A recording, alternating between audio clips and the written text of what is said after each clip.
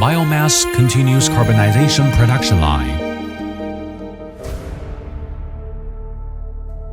The biomass continuous carbonization production line consists of three parts: crushing, drying, and carbonization.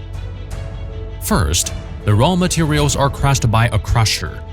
The crusher crushes the raw materials into particles of uniform size through the high-speed rotating hammer mill.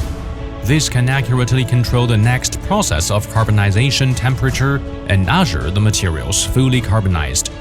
Different raw materials can be configured with appropriate equipment according to user needs. Then the crushed materials will be sent to the dryer for drying. The induced draft fan continuously introduces the heat in the hot air furnace into the drum. The materials are lifted and fell during the rotation of the drum, and a large amount of water in the materials is evaporated and taken out by the hot air flow.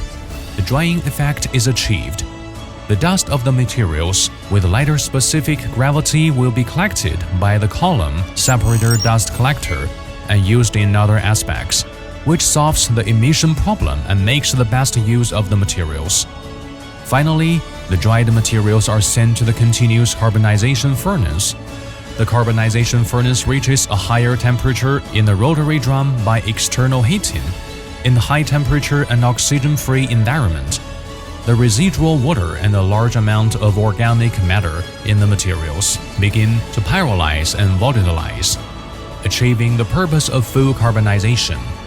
After cooling by the cooling device, the final product finished biochar is obtained. Biochar can produce a large amount of combustible gas during the pyrolysis process. After a series of purification equipment, relatively pure combustible gas is obtained.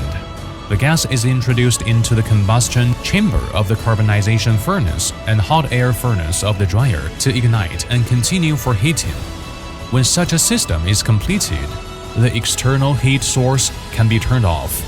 The user's production cost is greatly reduced, thereby achieving the purpose of self-sufficiency and continuous carbonization production.